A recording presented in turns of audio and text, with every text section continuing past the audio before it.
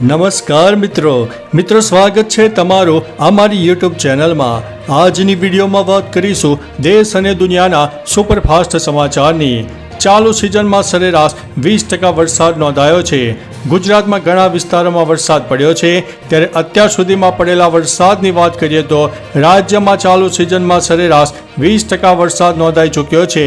નોંધનીય છે કે કચ્છમાં 25% અને દક્ષિણ ગુજરાતમાં 21% વરસાદ વરસી ચૂક્યો છે। હજી પણ રાજ્યમાં સાર્વત્રિક વરસાદની આગાહી વ્યક્ત કરવામાં આવી છે, જેમાં આવનારા 5 દિવસ 45 કિલોમીટર પ્રતિ કલાકની ઝડપે પવન પણ ફૂંકાઈ શકે છે।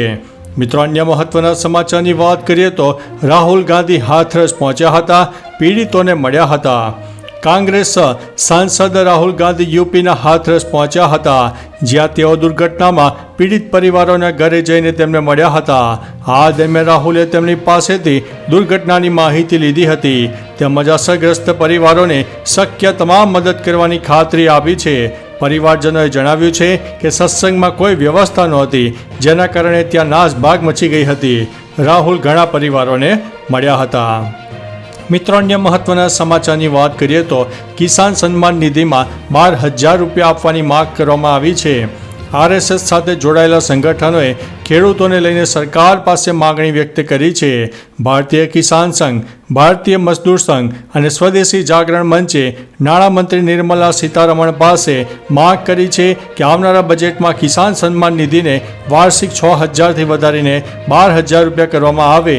ખેડૂત સંઘના રાષ્ટ્રીય અધ્યક્ષ બદ્રીનારાયણ ચૌધરીએ કહ્યું છે કે અમે 12 મુખ્ય માગણીઓ રજૂ કરી છે। મિત્રો, અન્ય મહત્વના સમાચારની વાત કરીએ તો રાજ્યમાં ભારે વરસાદના પગલે 2 સ્ટેટ હાઈવે બંધ કરી દેવામાં આવ્યા હતા। ગુજરાતમાં મોટાભાગના જિલ્લામાં ભારે વરસાદના પગલે જનજીવન પર માઠી અસર જોવા મળી રહી છે। વરસાદના પગલે 67 રસ્તાઓ વાહન વ્યવહાર માટે બંધ કરી દેવામાં આવ્યા હતા, જેમાં 2 સ્ટેટ હાઈવે, 57 પંચાયત હસ્તકના અને 8 રસ્તાઓ અન્ય વાહન વ્યવહાર માટે બંધ કરી દેવામાં આવ્યા છે। પોરબંદર જિલ્લામાં પણ 22 રસ્તાઓ વાહન વ્યવહાર માટે બંધ કરાયા હતા, તથા જૂનાગઢ જિલ્લામાં પણ 20 રસ્તાઓ વાહન વ્યવહાર માટે બંધ કરી દેવામાં આવ્યા હતા। મિત્રો, અન્ય મહત્વના સમાચારની વાત કરીએ તો જેલમાં માથાભારે શખ્સોએ સાગઠિયાને દબોચ્યો, 4 લાખ રૂપિયા પડાવ્યા। રાજકોટ ટીઆરપી ગેમ ઝોન અગ્નિકાંડના આરોપી મનસુખ સાગઠિયાને હાલ રાજકોટની જેલમાં ધકેલી દેવામાં આવ્યો છે।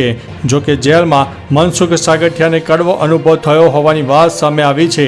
કેટલાક માથાભારે શખ્સોએ સાગઠિયાને બાથરૂમ પાસે દબોચ્યો હતો અને 4 લાખની વ્યવસ્થા કરવી પડી હતી। મિત્રો, અન્ય મહત્વના સમાચારની વાત કરીએ તો અયોધ્યામાં 10,000 કરોડ રૂપિયા ધોવાઈ ગયા છે। ભ્રષ્ટાચારીઓએ ભગવાન રામને પણ નથી મૂક્યા। છેલ્લા 2 વર્ષથી અયોધ્યાની કાયાપલટનું કામ ચાલતું હતું, જેમાં અનેક રોડ, રસ્તાઓ સહિતની સુવિધા ઊભી કરવામાં આવી છે। જોકે અયોધ્યામાં પડેલા 2 જ વરસાદમાં આ તમામ કામમાં થયેલો ભ્રષ્ટાચાર સામે આવ્યો છે। અનેક રસ્તાઓ તૂટી ગયા, પાણી ભરાયા છે। પ્રાણ પ્રતિષ્ઠા સમયે સુંદર લાગતી અયોધ્યાની સ્થિતિ અત્યારે ખૂબ જ દયનીય જોવા મળી રહી છે। એક અંદાજ મુજબ 10,000 કરોડ રૂપિયાનું ધોવાણ થઈ ગયું છે। મિત્રો, અન્ય મહત્વના સમાચારની વાત કરીએ તો હવે કલર અને દુર્ગંધ મુક્ત પીવાનું શુદ્ધ પાણી મળશે। સુરતમાં ભારતનો પહેલો જર્મન બેઝ ટેકનોલોજીથી વોટર પ્લાન્ટ બનાવવા માટે મંજૂરી મળી ગઈ છે।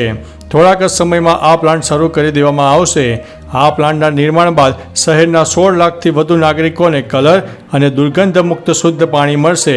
આ વોટર ટ્રીટમેન્ટ પ્લાન્ટને સિરામિક મેમ્બ્રેન સાથે એક્ટિવેટેડ કાર્બનથી બનાવવામાં આવશે। મિત્રો, અન્ય મહત્વના સમાચારની વાત કરીએ તો હાથરસ દુર્ઘટનામાં 6 આયોજકોની ધરપકડ કરવામાં આવી છે। યુપી પોલીસે હાથરસ દુર્ઘટના કેસમાં મોટી કાર્યવાહી કરતા 6 આયોજકોની ધરપકડ કરી છે। આયોજકોમાં 4 પુરુષો અને 2 મહિલાઓનો સમાવેશ થાય છે, જેમણે દાન પણ એકત્રિત કર્યું હતું। આયોજકોમાં આ લોકો સમિતિના સભ્યો પણ છે। ભોલે બાબા અત્યાર સુધી પોલીસ પકડથી દૂર છે અને તેમની કોઈ જ પૂછપરછ કરાઈ નથી। ખાસ કે આ ઘટનામાં 122 લોકોએ પોતાના જીવ ગુમાવ્યા છે। મિત્રો, અન્ય મહત્વના સમાચારની વાત કરીએ તો ક્રિકેટરોએ સહપરિવાર સાથે પીએમ સાથે ફોટો પડાવ્યો છે। T20 વર્લ્ડ કપ જીત્યા બાદ ભારત પહોંચેલા ખેલાડીઓએ પીએમ મોદી સાથે મુલાકાત કરી હતી। આ સમયે ખેલાડીઓની સાથે તેમના પરિવારજનો પણ જોવા મળ્યા હતા। જસપ્રીત બુમરાહે તેની પત્ની સંજના અને પુત્ર અંગદ સાથે પીએમ મોદી સાથે ફોટો પડાવ્યો હતો। આ સિવાય સૂર્યાની પત્ની દેવીસા અને અર્શદીપસિંહે તેમના માતા પિતા સાથે પીએમ મોદી સાથે ફોટો પડાવ્યો હતો. મિત્રો, અન્ય મહત્વના સમાચારની વાત કરીએ તો રથયાત્રાના દિવસે અંબાલાલ પટેલે કરી છે વરસાદની આગાહી. અંબાલાલ પટેલે ફરી આગાહી વ્યક્ત કરતા જણાવ્યું છે કે 7 જુલાઈ સુધી વરસાદનું જોર રહેશે. દક્ષિણ અને મધ્ય ગુજરાતમાં વરસાદનું જોર રહેવાની શક્યતા છે. ઉત્તર મધ્ય ગુજરાતમાં ભાગમાં વરસાદનું જોર ઓછું રહેવાની સંભાવના છે. 7 અને 8 જુલાઈ સુધી રાજ્યમાં વિવિધ ભાગમાં વરસાદ પડી શકે છે. રથયાત્રાના દિવસે વરસાદની આગાહી વ્યક્ત કરવામાં પણ આવી છે. મિત્રો, અન્ય મહત્વના સમાચારની વાત કરીએ તો સાબરકાંઠામાં વરસાદી પાણીના પ્રવાહથી ગામ 2 ભાગમાં વહેંચાઈ ગયું છે. સાબરકાંઠા જિલ્લામાં ધોધમાર વરસાદ આવ્યો હતો, જેમાં હિંમતનગરના પેટમાલ ગામે જળબંબાકાર થયું હતું. પેટમાલા ગામે ડુંગર પરથી પાણી ગામમાં ઉતરી ગયા હતા, જેમાં સાબરકાંઠા વરસાદી પાણીના પ્રવાહથી ગામ 2 ભાગમાં વહેંચાઈ ગયું છે. હાલ વીજળીના કડાકા ભડાકા સાથે ધોધમાર વરસાદ વરસી રહ્યો હતો અને ગામમાં રસ્તા પણ જળબંબાકારને કારણે બંધ કરવા દેવા પડ્યા હતા. મિત્રો, અન્ય મહત્વના સમાચારની વાત કરીએ તો એલસીબીના પોલીસ કર્મીઓ સામે ફરિયાદ દાખલ કરવામાં આવી છે. પાટણ એલસીબીના પોલીસ કર્મચારીઓ સામે અમદાવાદ ક્રાઇમ બ્રાન્ચમાં ફરિયાદ દાખલ થઈ છે, જેમાં આરોપ છે કે ફરિયાદીનું અપહરણ કરીને ખંડણી માંગવામાં આવી હતી. સમગ્ર મામલો હાઈકોર્ટે પહોંચ્યો છે. ફરિયાદમાં એલસીબીના એએસઆઈ વિક્રમ દેસાઈ સહિત 3 કોન્સ્ટેબલ સામે નામોનો ઉલ્લેખ થયો છે. અતુલ નામના શખ્સનું અપહરણ કરીને ખંડણી માંગી હતી. ક્રાઇમ બ્રાન્ચે વધુ તપાસ હાથ ધરી છે. મિત્રો, અન્ય મહત્વના સમાચારની વાત કરીએ તો અંબાજી હાઈવે પર જીઈબીની બેદરકારીથી 3 ભેંસના મોત થયા છે. ખેડબ્રહ્મા અંબાજી હાઈવે પર જીઈબીની બેદરકારી સામે આવી છે, જેમાં પેટ્રોલ પંપની પાસે આવેલી સોસાયટીમાં જીવતો વીજ વાયર પડતા 3 ભેંસના મોત નીપજ્યા છે. એક જ કુટુંબના 15 માણસો સાવચેત થતાં જીવ બચ્યા હતા. સ્થાનિકોનો આક્ષેપ છે કે જીઈબીને ફોન કરવા છતાં 20 મિનિટ સુધી કોઈ કાર્યવાહી થઈ નહોતી. મિત્રો, અન્ય મહત્વના સમાચારની વાત કરીએ તો ટીમ ઇન્ડિયાને મળી છે વોટર કેનનની સલામી. ટીમ ઇન્ડિયાની Vistara flight UK 1845ને Mumbai airport પર ઉતર્યા બાદ વોટર કેનનથી સલામી આપવામાં આવી હતી. 2 ફાયર એન્જિને પ્લેનની બંને બાજુએ ઊભા રહીને પાણીનો છંટકાવ કર્યો હતો. ટીમ ઇન્ડિયા અહીંથી બસમાં સીધી મરીન ડ્રાઈવ ગઈ હતી. ત્યાં વાનખેડે સ્ટેડિયમ સુધી ખુલ્લી બસમાં વિજય પરેડનું આયોજન કરવામાં આવ્યું હતું. મિત્રો, અન્ય મહત્વના સમાચારની વાત કરીએ તો ભોલેની સીસીટીવીએ ખોલી છે પોલ. હાથરસ અકસ્માતમાં 121 લોકોના મોત થયા છે. 6 આયોજકોની ધરપકડ કરી છે. જોકે ભોલે હજુ સુધી ઝડપાયા નથી અને મુખ્ય સેવાદાર પર 1 લાખ રૂપિયાના ઇનામની જાહેરાત કરવામાં આવી છે.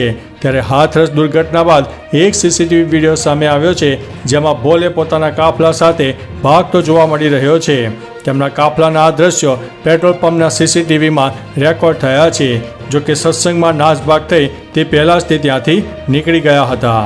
મિત્રો, અન્ય મહત્વના સમાચારની વાત કરીએ તો અંધભક્તિ 121થી વધુ લોકોના જીવ ગયા છતાં જ્ઞાન ન આવ્યું. હાથરસમાં તાજેતરમાં જ 121 લોકોના મોત થયા છે.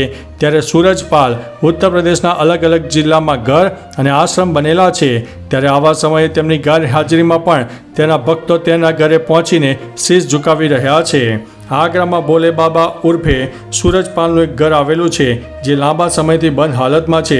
ત્યાં બુધવારે સવારે અમુક મહિલાઓ આવી પહોંચી હતી અને ઘરની સામે શીશ ઝુકાવી રહી હતી. તો ચાલો મિત્રો, ફરીથી દેશ અને દુનિયાના સુપરફાસ્ટ સમાચાર લઈને મળતા રહીશો. ત્યાં સુધી અમને રજા આપશો. નમસ્તે.